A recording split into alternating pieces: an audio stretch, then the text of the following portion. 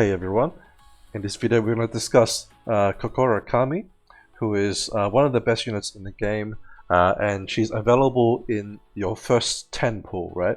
So in your first 10 pool you're allowed to reroll as many times as you want, and you have a guaranteed SSR amongst 5 possible units.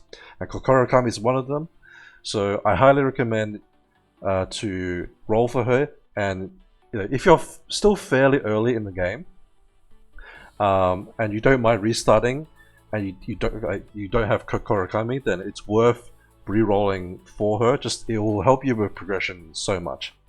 At least until you get a Morgan, right? So I covered Morgan in the previous video, but until you get her, Kokorokami will carry you with along with Skadi as your primary DPS. Because they cleave multiple units, right? So it helps take out like a lot of threats at once, especially if you know how to position your units. Now, if you don't want to reroll, then there is another way to get her semi-easily, but it depends if you can complete this achievement or not. So in the achievement section, if you scroll down, I haven't actually gotten it on this account, but if you don't obtain an SSR driver after 93 pulls in total, right? So all in a row, then you'll get a like a selector ticket amongst these units. Now I want to keep in mind, I just want to take note that Julius is a free unit, so you shouldn't pick her. Alice, Kokorokami, Suzuki, Evgenia, and Ilya, they're all the like 5 units that are available in your first 10 pool. So out of those 5, Kokorokami is the best, followed by Alice, but Alice requires very heavy investment, so I don't recommend to pull Alice. So you should go for Kokorokami if you don't have her. But if you've picked her already, then you can use this ticket on someone else, right? Preferably, probably Zhao Wu or Eveli are probably the most useful. So yeah, that's an alternative way you can get Kokorokami. Now for her cause, so this is her ideal set for pure damage, right? Now this is not necessarily her best in slot gear because it depends on what you're using her for. So in PvE, she doesn't really need any survivability really, so you pretty much just go pure attack. But in PvP, it is useful for her to have some HP. So if you've got like a PvP main, then you might want to mix her gear up a little bit. So this is one of the few times where I think that hybrid gear is useful. And in Kokorokami's case, you want so amongst like the 2 cores, you want a mix of 1 flat attack, 1 attack percent, and then 1 flat HP and 1 HP percent, right? So any combination, as long as that's the stats you have amongst the 2 hybrid cores, and that will give you like a decent balance of attack damage and also like survivability, because you need the health to survive all the like reflect damage from things like basically Hlock is the primary like threat in PvP at the moment. This might change in the future, but as of this recording, that's the current meta. So having some HP is nice if you care about PvP. So that's my recommendation on how to gear her. But for most people, I think you're probably like just not too worried about PvP, and you just focus on PvE to get as many resources as you can from those events. In which case, you probably just want her on like double attack, right, like this. Resonance gear, it's all attack, so it's all good, right, to upgrade. On this account, I don't have all the gear, but as a quick little tip, I recommend waiting until you get 2 of these, and then for the 3rd one, you use one of your selectors, which you'll obtain through like various events and stuff. So use these sparingly. I usually use them to fill out like the last gear to finish their set, because that gives you the skill up, and it's generally going to be the hardest one to get, right? Because you're more likely to pull dupes of the other ones, or like you have a chance of pulling a dupe, right, for the other two, which would be quite awkward. But yeah, you can guarantee to finish the set using these, which will be more efficient.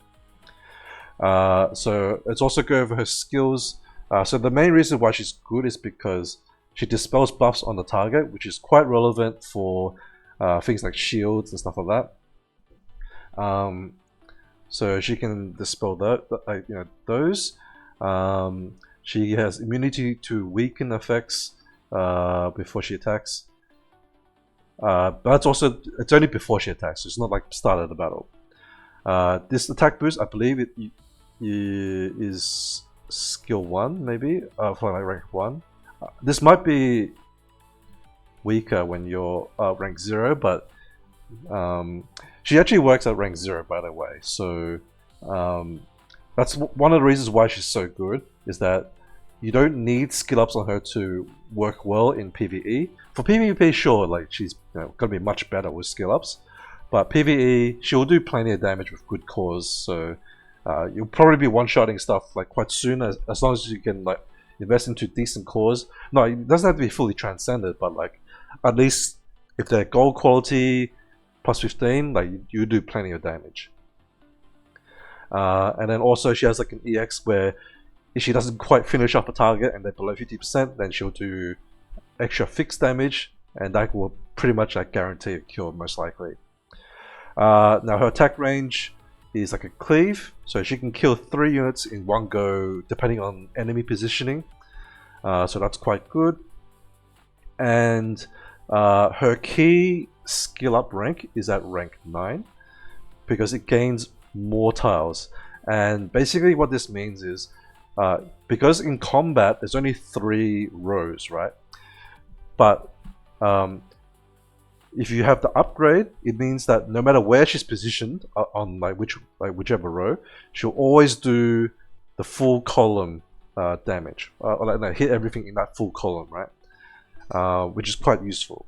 But it is a very heavy investment, rank 9, so I wouldn't bother with it for PvE players, but for PvP, this is where it shines, because if it sort of forces people to place their units in such a way that they don't get owned by a Kokorokami.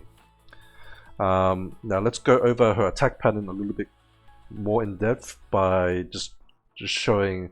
I won't show like a full fight, but I'll show you how it looks in combat. So currently I'm positioned in the middle, right? And she's not rank 9, so she will target the last unit in the row, right? Which is that frog, and she'll cleave all 3 of these units, which is why she's so powerful. She can take out 3 units in one go. But if you position her on a different lane where there's only 1 unit like this, then she's only like gonna hit that target because she only cleaves up to this point, right? But if you had her at rank 9, then she'll hit the whole row, so she'll still hit this number 4 unit as well, if she were rank 9. So that's how her targeting works. And that pretty much covers Kokorokami. Highly recommend you to get her and build her. She'll be useful throughout, probably for a very long time. I don't think she's going to be replaced by much. Except for maybe Morgan in PvE, but like I think Kokoro will always have a use somewhere. Even in like PvP, because Morgan's not very good in PvP, so that's where you would use Kokorokami instead. But yeah, otherwise that covers it. So thanks for watching. If there's any questions, feel free to ask in the comments, and I'll try to answer you as soon as I can. Thanks for watching, and I'll see you in the next video. Bye bye.